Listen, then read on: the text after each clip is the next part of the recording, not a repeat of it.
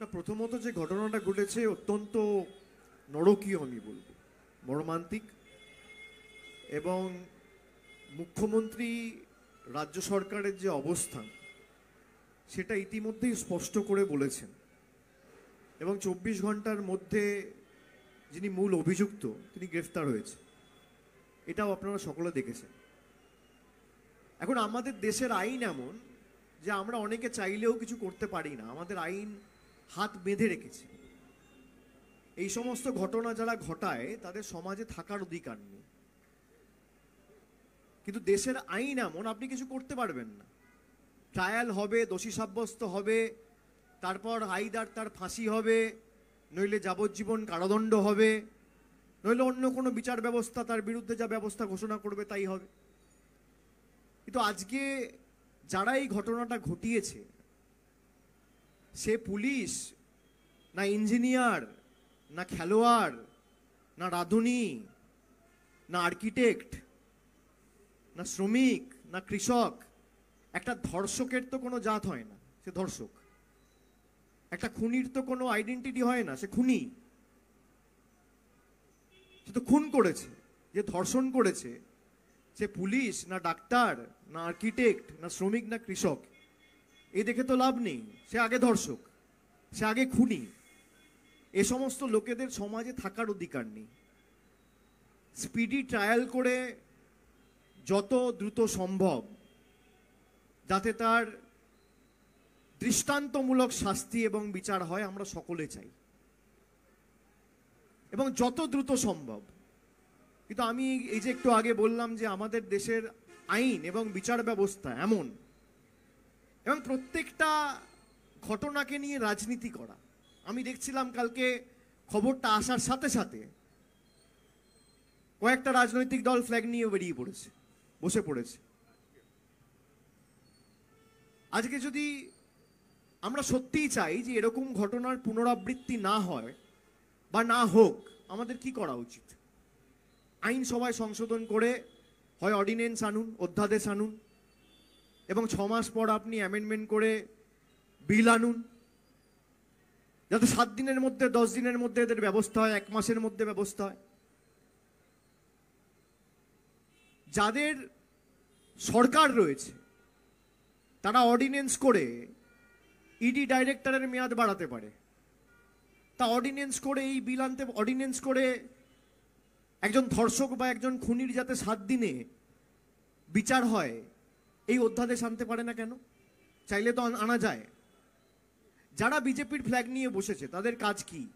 তাদের উচিত তাদের যে দল ক্ষমতায় রয়েছে, তাদের যে নেতৃত্ব রয়েছে, তাদের সকলকে চিঠি লিখে তাদেরকে বলা যে আপনারা এমন একটা আইন আনুন যাতে 7 দিনে এরকম দোষী ধর্ষক খুনিদের বিচার হয়। তৃণমূলের উচিত কি? তৃণমূলের উচিত সেই বিলকে সমর্থন করা। কংগ্রেসের উচিত কি? সেই বিলকে সমর্থন করা। সিপিএম এর উচিত কি? সেই বিলকে সমর্থন করা। না করে আমরা রাজনীতি করছি। আমাদের সমাজ এমন যে কোনো ঘটনা না ঘটলে আমাদের ঘুম ভাঙে না। নির্ভয়া হয়েছিল 2012 সালে দিল্লিতে, আপনি বলুন তো। তারপরে একের পর এক ঘটনা, সে উত্তরপ্রদেশে ঘটুক, মহারাষ্ট্রে ঘটুক, কর্ণাটকায় ঘটুক, গুজরাটে ঘটুক বা বাংলায় ঘটুক, সমাজের পক্ষে তো লজ্জাজনক, দুর্ভাগ্যজনক, নরকীয়। কেন 5 বছর 6 বছর লাগবে ট্রায়াল হতে? আজকে যেই ঘটনাটা ঘটালো, আপনারা মনে করেন তার সমাজে বেঁচে থাকার অধিকার রয়েছে? একজন মায়ের কোল খালি করলো, একজন বাবা তার কন্যা হারালো। একজন বাবার কাছে তার কন্যার দাম কি একজন বাবাই জানে। একটা মায়ের কাছে তার সন্তানের দাম কি, তার মেয়ের দাম কি, তার ছেলের দাম কি একজন মা জানে। তার যদি ভাই থাকে সে দিদি হারালো, বা বড় দাদা থাকে সে বোন হারালো।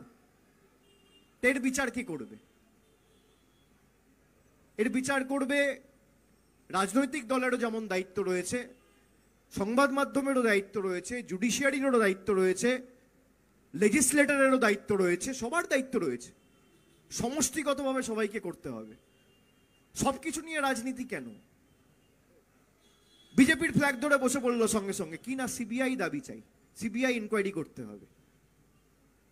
সিবিআই ইনকোয়ারি করে মেয়েটা ফিরে আসবে যার প্রাণ গেল? আপনি আশ্বস্ত করে বলতে পারবেন যে এর পুনরাবৃত্তি হবে না যারা বিজেপির ফ্ল্যাগ নিয়ে সিপিএম এর ফ্ল্যাগ নিয়ে করছে? আমি তো বলছি আমাদের ঘুম ভাঙে না একটা ঘটনা না ঘটলে। এটা যদি উত্তরপ্রদেশ হতো, ডেড বডিটাও পাওয়া যেত না। হাতরাসে কি হয়েছিল মনে আছে? ধর্ষণ করে খুন করে পুড়িয়ে দেওয়া হয়েছিল, তারপরে বন্ধ হয়েছে। আমাদের দৃষ্টিভঙ্গিতে যদি আমরা পরিবর্তন না আনি, আইনসভায় যদি আইন আমরা তৈরি না করি, কোনোদিন এর পরিবর্তন হবে না। এবং প্রশাসনকে আমি অনুরোধ করব, মুখ্যমন্ত্রী ইতিমধ্যেই বলেছে পুলিশ 24 ঘন্টার মধ্যে ব্যবস্থা নিয়েছে। বিশেষ করে এই যে হাসপাতালগুলিতে রাত্রি 9টা-10টার পর এই ঘটনাটা ঘটেছে, খুব সম্ভবত রাত্রি 2টো বা 3টে, এই যে অবাধ যাতায়াত মানুষের, এর উপরও নজরদারির প্রয়োজন রয়েছে। কেন একটা হাসপাতালে রাত্রি 9টা-10টার পর যে পারবে ঢুকবে? এরও একটা মেকানিজম থাকা উচিত। আজকে সেখানে সিসিটিভি ক্যামেরা ছিল বলে দোষীকে ধরা গেছে। এন্ট্রি এক্সিটের যে করিডোরগুলো, সেগুলো দেখে যে মূল অভিযুক্ত তাকে ধরা গেছে। এবং আমি মনে করি আইনসভায় এমন কঠোর আইন আনা দরকার যেখানে 7 দিনের মধ্যে এই খুনি এবং ধর্ষকদের একদম এনকাউন্টার করে মারা উচিত। আমি একদম দ্ব্যর্থহীন ভাষায় বলছি, কেন আপনি 5 বছর 6 বছর 7 বছর ধরে ট্রায়াল চালাবেন মশাই? একটা লোককে আন্ডার ট্রায়াল, একটা প্রিজনারকে আমি যদি 7 বছর জেলে রাখি, আমার রোজ যদি তাকে থাকাতে আর খাওয়াতে দিনে 200 টাকা খরচা হয়, তাহলে 1 মাসে 6000 টাকা খরচা হয়, 1 বছরে 73,000 টাকা খরচা হয়। 5 বছর যদি একটা লোককে আমি জেলে রাখি, সে মহারাষ্ট্র হোক বা উত্তরপ্রদেশ হোক বা বাংলা হোক বা গুজরাট হোক বা কর্ণাটকা হোক বা তামিলনাড়ু হোক বা কেরল হোক বা আসাম হোক, প্রতি বছর তার লালন পালন করতে 73,000 টাকার খরচা। 5 বছর সে যদি আন্ডার ট্রায়াল থাকে তাহলে 3.5 লাখ টাকা খরচা। 7 বছর থাকলে 5 লাখ টাকা খরচা। কেন 5 লাখ টাকায় 3টে গরিব মানুষের বাড়ি হবে? কেন তার বিরুদ্ধে ব্যবস্থা হবে না 7 দিনে? কেন্দ্র সরকার পারে না? যাদেরকে মানুষ ক্ষমতা দিয়েছে, ম্যান্ডেট দিয়েছে, তারা বিল আনতে পারে না? পারে। বিজেপি কি পারে? বিজেপি বিল আনতে পারে। তৃণমূল কি পারে?